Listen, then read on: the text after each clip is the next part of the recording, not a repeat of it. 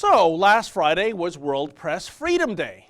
As we reported, the Trudeau Liberals marked the occasion by giving away $11.7 million of your tax dollars to enhance press freedom in such regimes as the Democratic Republic of Congo, the Middle East, and Kenya.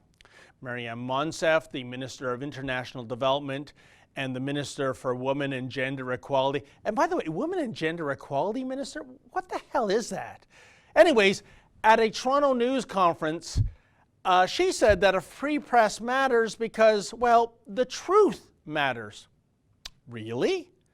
Then why did the Trudeau Liberals tell the UN to ban me and my colleague, Sheila Gunn-Reid, from UN conferences? And naturally, the UN complied.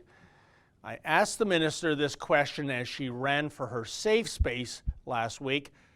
I don't think I got an answer. Here, you be the judge. Minister Monsef, David Menzies with Rebel Media. Just a quick question. The United Nations, told our reporters they were banned from covering their conferences due to a directive from the Canadian government. Do you support that? I hope you support what we're doing here today, which is ensuring freedom of expression and an independent free press for your colleagues around the world. But that's precisely the point. We traveled to Morocco, we traveled to Poland, and we were shut out of UN conferences because of an edict from your government. Does that sound like world press freedom to you, Minister? What we're doing today is supporting an independent and free press in some of the most troubled regions of the world, and I have no doubt that you rejoice in this investment and this initiative. Well, but how do you square the fact that you won't even let Canadian journalists that might have a dissenting opinion about things like immigration and climate change to attend UN conferences? And here you are advocating for World Press Freedom Day. Thank you. Thanks very much. Okay. This doesn't look like a lot of freedom, ladies. Well, she's in her private area now. Thank you. Now, did that sound like a legit answer or more like the spin cycle of a washing machine as if it were powered by a Hemi? By the way, when it comes to the UN embracing censorship and rejecting press freedom, it's not just the rebel that bears the brunt of such an edict. Check out this fascinating column by Irfan Yar in the Toronto Sun entitled, "Let's Not Abandon Taiwan on the International Stage." Yar points out that in 2016, Canadian journalist Yuli Hu was restricted from covering the International Civil Aviation Organization General Assembly in Montreal. This was an assembly of a specialized UN agency, yet Hu had her credentials stripped away.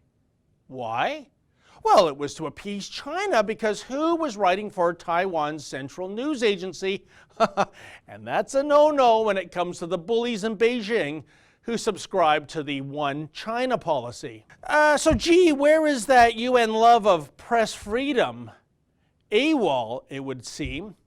Oh, and did the free press-loving Trudeau Liberals go to bat for Miss Hu?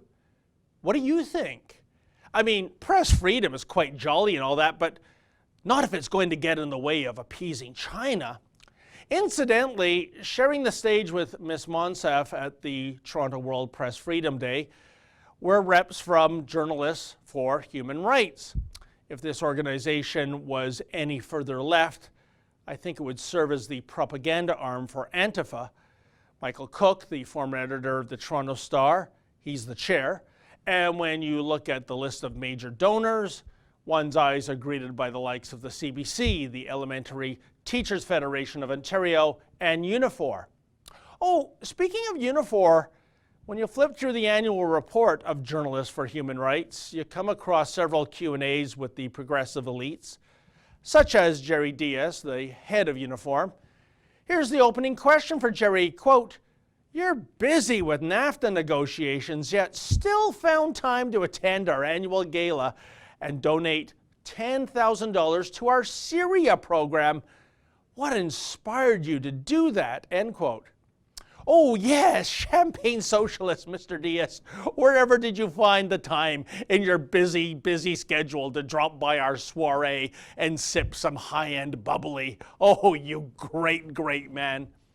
Oh, and by the way, all you GM Canada employees about to lose your jobs when the Oshawa plant closes later this year, how do you all feel about 10 grand of your union dues going to the so-called Syrian program? Don't fret though, Jerry will still have his job come 2020, keeping busy going to more whiz-bang galas to give away yet more moolah courtesy of you, the rank and file. And of course, since this is 2019, supporting World Press Freedom Day means putting a gender focus on press freedom. Indeed, check out the gender report from Journalists for Human Rights, and you will find yet another glowing report about transgender rights in Jordan. Oh, but of course.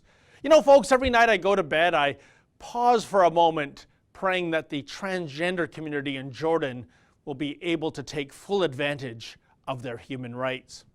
Bottom line, the progressives and the United Nations and the Justin Trudeau liberals and Journalists for Human Rights love to show their support for world press freedom when it comes to giving away tax dollars and union dues to regimes in Africa and the Middle East, you know, places that find Western values, including press freedom, as being somewhat repugnant.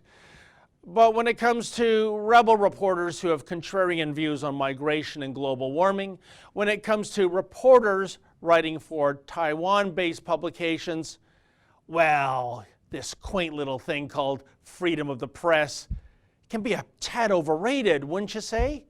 Especially when there's really, really important work to be done, like protecting the rights of the transgender community in Jordan. For the Rebel.media, I'm David the Menzoid Menzies. Hey folks, the Rebel has a new app. Please download that app and take the Rebel with you wherever you travel.